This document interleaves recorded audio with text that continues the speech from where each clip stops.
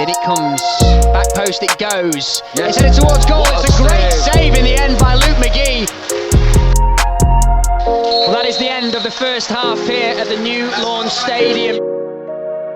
Elliot Watt has a chance to shoot from distance. It's straight towards Luke McGee's goal. Lead over, surely will be a goal. Bradford City have scored. Finally, the Bantams find the back of the net. It was spilled by Luke McGee against his former side. Lee Novak in behind, and a full goal to aim at. Just taps it in.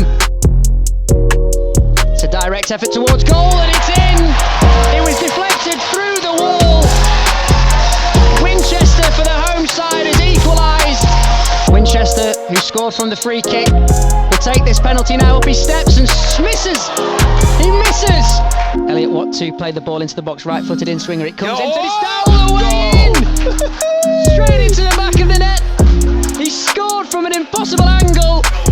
It was a clear cross into the box, but it goes through all of the defenders, and Bradford City once again take the lead here at the new Lawn Stadium. There's trouble here now for Bradford City's defender. They've already lost one player, they've lost a second. Bradford City are down to 9 men. It didn't look pretty from Paudie O'Connor.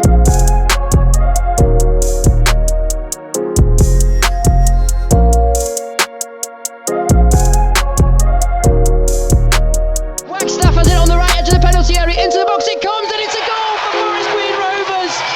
Can you believe it? Can you believe it? Bradford City have defended with all their worth, all their lives, agonising for the Bantams with just 2 minutes remaining.